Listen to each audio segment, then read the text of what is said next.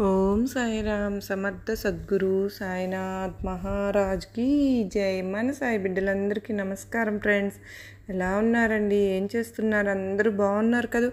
మన సాయినాథుని దయ వల్ల అందరూ బాగున్నారని, బాగుండాలని మనస్ఫూర్తిగా బాబావారిని కోరుకుంటూ ఆ సాయినాథుని కృపా కరుణ కటాక్షములు మనందరిపైన నిండుగా మెండుగా ఉండాలి అని మనస్ఫూర్తిగా బాబావారిని వేడుకుంటూ ఈరోజు వీడియో అయితే స్టార్ట్ చేస్తూ ఉన్నాను.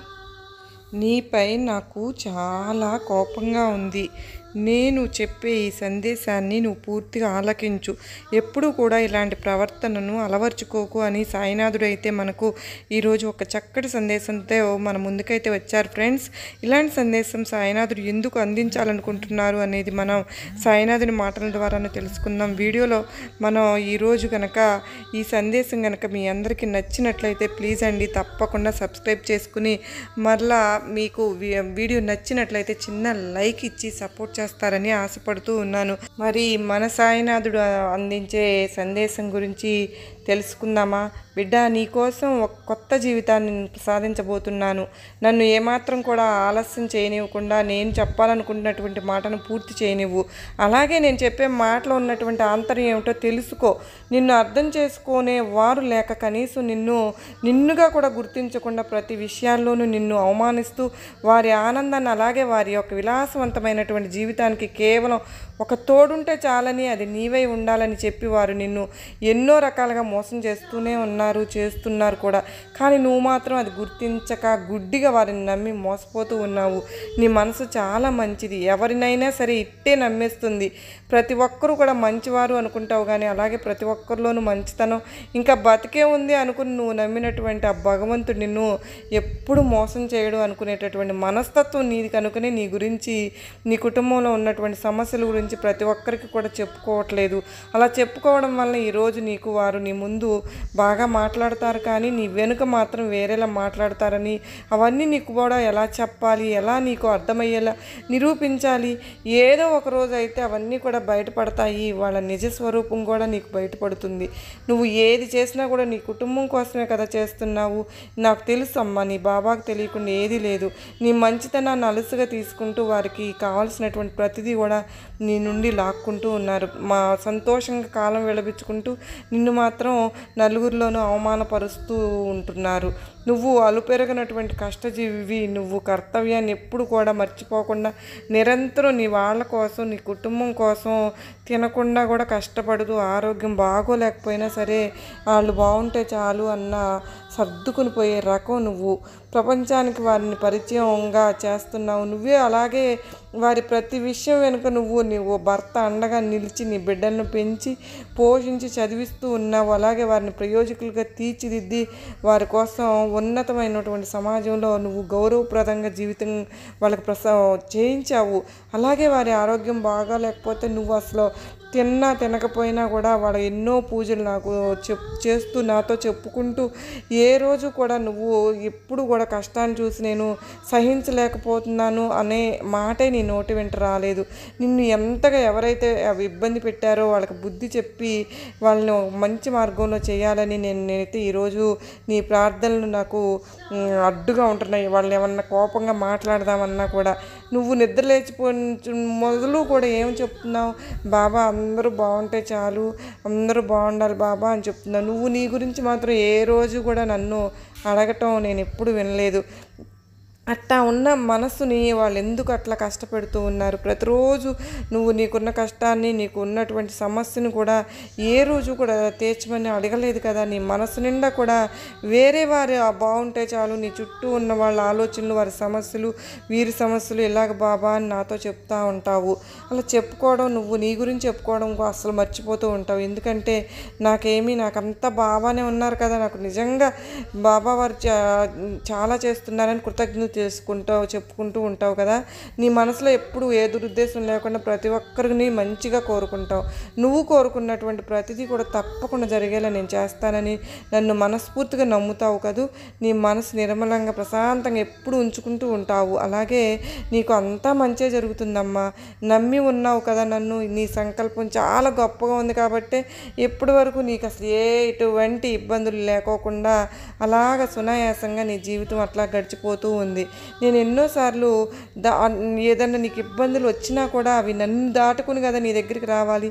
నీ నువ్వు విజయాలను సాధించి ప్రతి ఆటంకాన్ని కూడా నువ్వు దాన్ని ఇష్టంగానే భావించావు. కానీ నిరాశ నిస్పృహలకు నీ జీవితానికి ఎప్పుడు కూడా అడ్డుకోవడగలగా మారిపోయినా కూడా వాటిని దాటుకుని ఇప్పటి వరకు జీవించావు. కాబట్టి స్వచ్ఛమైనటువంటి మనసు అమ్మ నీది, స్వచ్ఛమైనటువంటి ఆలోచన విధానం నువ్వు పెంపొందించుకుంటూ ఉంటావు. నీకు నువ్వే సాటి అమ్మ బిడ్డ. ఇతరులను కూడా ఎప్పుడు అలా కుంగిపోకుండా ఉండాలని చెప్తూ ఉంటావు. ఎంతో గొప్ప భవిష్యత్తు ఉంది అని ఎన్నో మంచి మాటలు చెప్తూ ఉంటావు. భగవంతుడు ఏదైతే నాకు జీవితాన్ని ఇచ్చాడో అలాగే వాళ్ళందరూ కూడా బాగుండాలి అనేటువంటి దృఢమైనటువంటి విశ్వాసం నీకు ఏ విధంగా కలిగిందో నాకు అసలు ఎప్పటికీ అర్థం కాదు.